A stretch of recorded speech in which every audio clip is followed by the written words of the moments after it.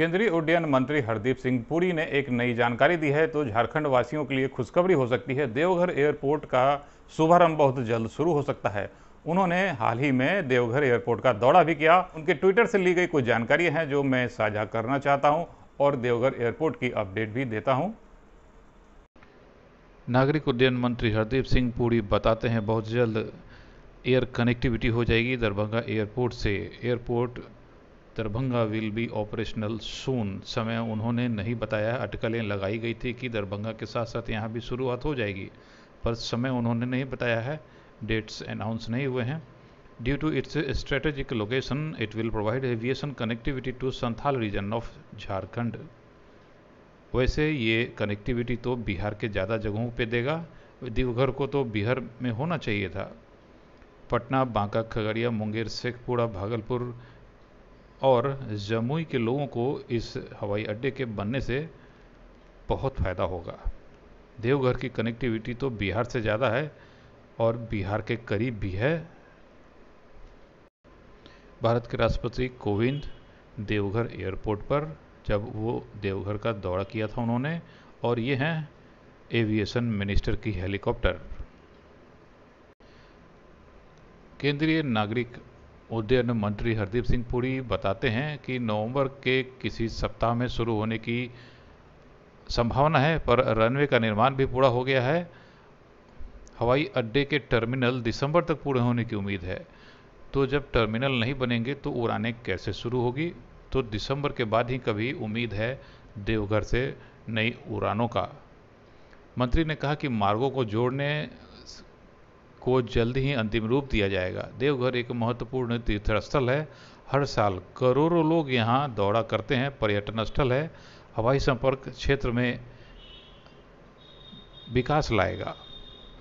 उन्होंने ये भी बताया कि राज्य सरकार और एयरपोर्ट अथॉरिटी ऑफ इंडिया के संयुक्त प्रयास से एक एयरो सिटी का भी निर्माण हवाई अड्डे के पास किया जाएगा।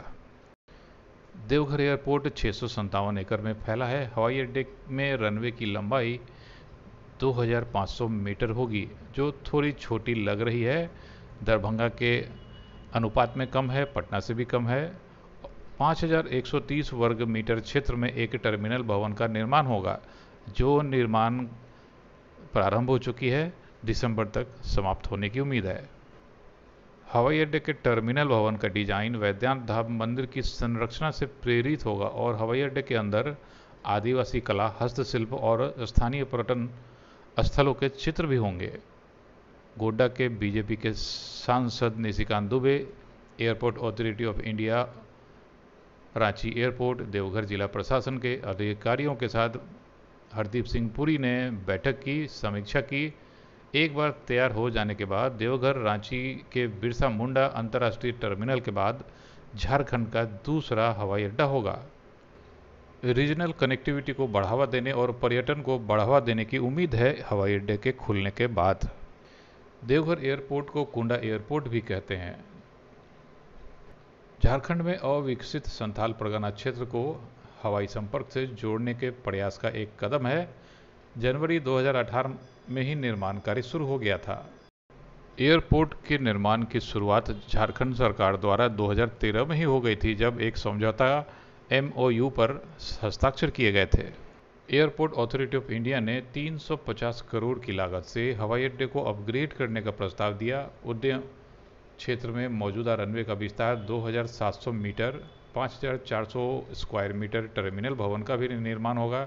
प्रति घंटे 200 यात्रियों को संभालने के लिए और एक mobile air traffic control, 2 A320 विमानों के एप्रन टैक्सीवे बनाने का प्रस्ताव रखा था। हवाई अड्डे की मौजूदा स्थिति से यही लगता है कि शायद महज चुनावी घोषणाएं थी।